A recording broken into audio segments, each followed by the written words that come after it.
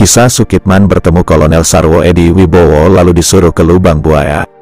Sukitman yang dimaksud adalah opsir polisi yang sempat dibawa komplotan gerakan 30 September yang ditugaskan menculik Brigjen DI Panjaitan. Sukitman dibawa komplotan penculik Jenderal Panjaitan ke lubang buaya ketika dia datang ke lokasi karena menyangka ada peristiwa perampokan. Di lubang buaya, dengan mata kepala sendiri, opsir polisi itu menyaksikan pemandangan yang mengerikan ketika 3 jenderal yang berhasil diculik dalam keadaan hidup dan Letu Pierre Tendean dibunuh di lubang buaya. Karena jasa Sukitman pula, akhirnya sumur tua yang digunakan komplotan gerakan 30 September untuk menyembunyikan 6 jenazah para jenderal dan 1 perwira pertama Angkatan Darat akhirnya bisa ditemukan. Nah, sebelum dia jadi penunjuk jalan ke lubang buaya, Sukitman sempat bertemu dengan Kolonel Sarwo Edi Wibowo, Komandan Resimen Para Komando Angkatan Darat, RPKAD, Kesatuan Pasukan Khusus TNI AD yang sekarang bernama Kopassus. Seperti apa ceritanya? Simak cerita yang akan diulas dalam video ini. Anap Afifi dan Tawaf Zuharon dalam buku berjudul Banjir Darah, Kisah Nyata Aksi PKI Terhadap Kiai, Santri, dan Kaum Muslim, yang ditulisnya menceritakan siang hari pada tanggal 3 Oktober tahun 1965. Sukitman yang telah diselamatkan pasukan pemerintah, dihadapkan kepada Kolonel Sarwo Edi Wibowo, Komandan RPKAD. Sukitman dibawa ke markas RPKAD di Cijantung. Begitu sudah berhadapan dengan Sukitman, Kolonel Sarwo Edi, Komandan RPKAD itu langsung berkata, "Coba kamu ceritakan lagi semua yang kamu alami," kata Sarwo Edi kepada Sukitman. Sukitman pun kembali bercerita, meski sudah menceritakan pengalamannya berkali-kali. Sukitman tidak merasa bosan. Sukitman tahu ceritanya itu bisa berguna untuk mencari para korban kekejaman PKI. Karena itu, Sukitman bercerita dengan lengkap, tanpa ada yang terlupakan. Ia menyatakan kepada Sarwo Edi, ingin sekali membantu usaha pencarian jenazah ke-7 perwira TNI AD itu.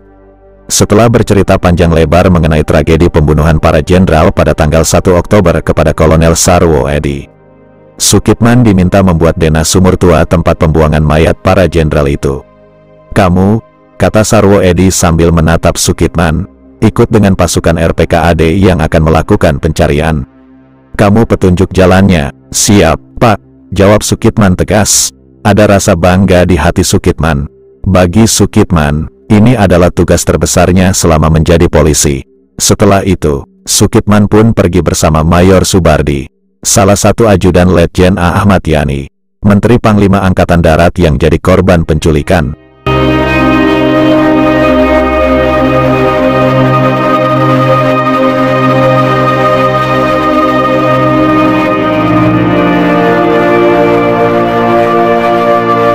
Berbekal denah dan petunjuk yang diberikan oleh Jenderal Umar Wirahadikusuma, Pangdam Jaya ketika itu serta ingatannya atas titik letak lubang buaya, maka Sukitman pun menjadi penunjuk arah dalam proses penemuan sumur tua lubang buaya.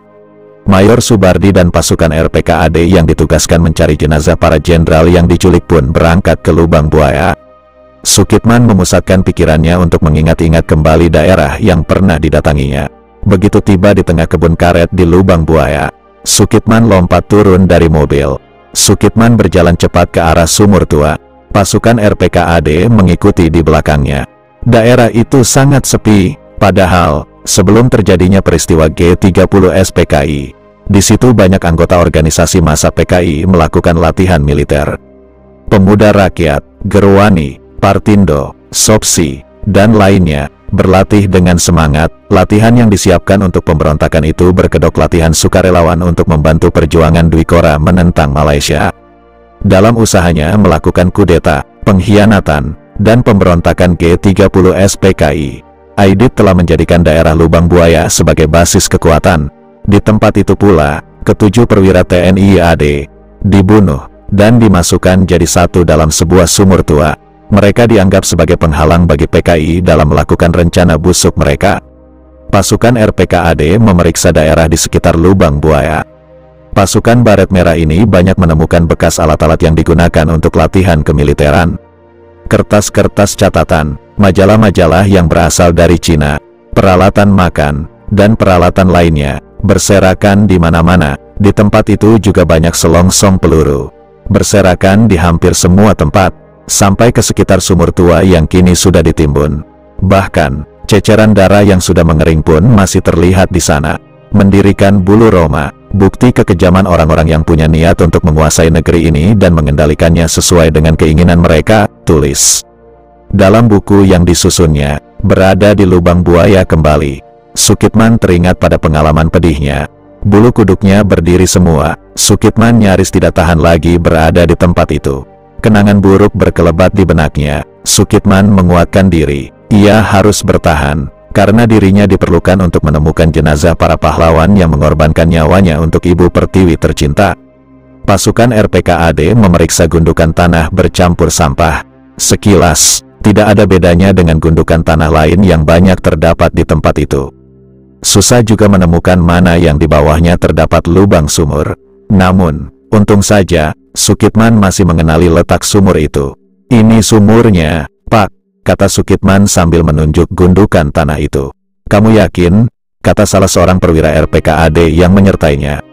"Yakin sekali, Pak. Disinilah mereka mengubur jenazah-jenazah itu. Saya melihat semuanya, saya ada di sana," kata Sukitman menunjuk tempat dia berada saat menyaksikan penyiksaan itu. Petunjuk itu tidak diragukan lagi. Pemimpin pasukan pun mengirimkan laporan ke markas. Kemudian timbunan tanah itu digali. Akhirnya, diketahui pula bahwa rumah yang berada di dekat sumur itu adalah milik seorang guru bernama Harjono. Ia dikenal juga dengan sebutan Pak Besar. Harjono inilah yang banyak membantu PKI dalam menyiapkan penyiksaan dan pembunuhan keji itu.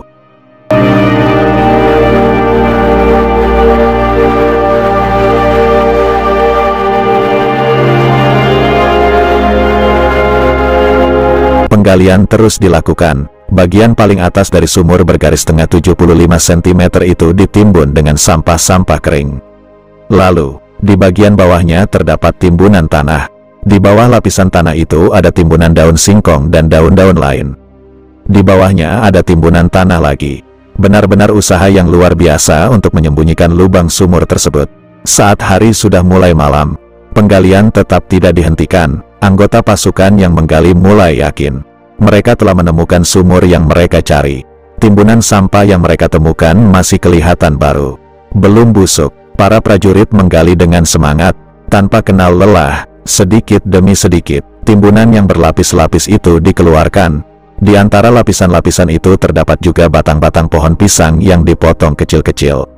Banyaknya tanah dan sampah yang digunakan untuk menutup lubang sumur membuat usaha penggalian berlangsung lambat. Setelah menggali lebih dari 10 meter, para prajurit menemukan lapisan timbunan terakhir.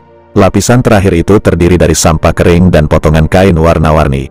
Mendadak, para penggali mencium bau busuk yang sangat tajam.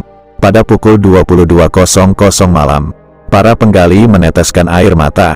Rasa haru dan geram bercampur jadi satu.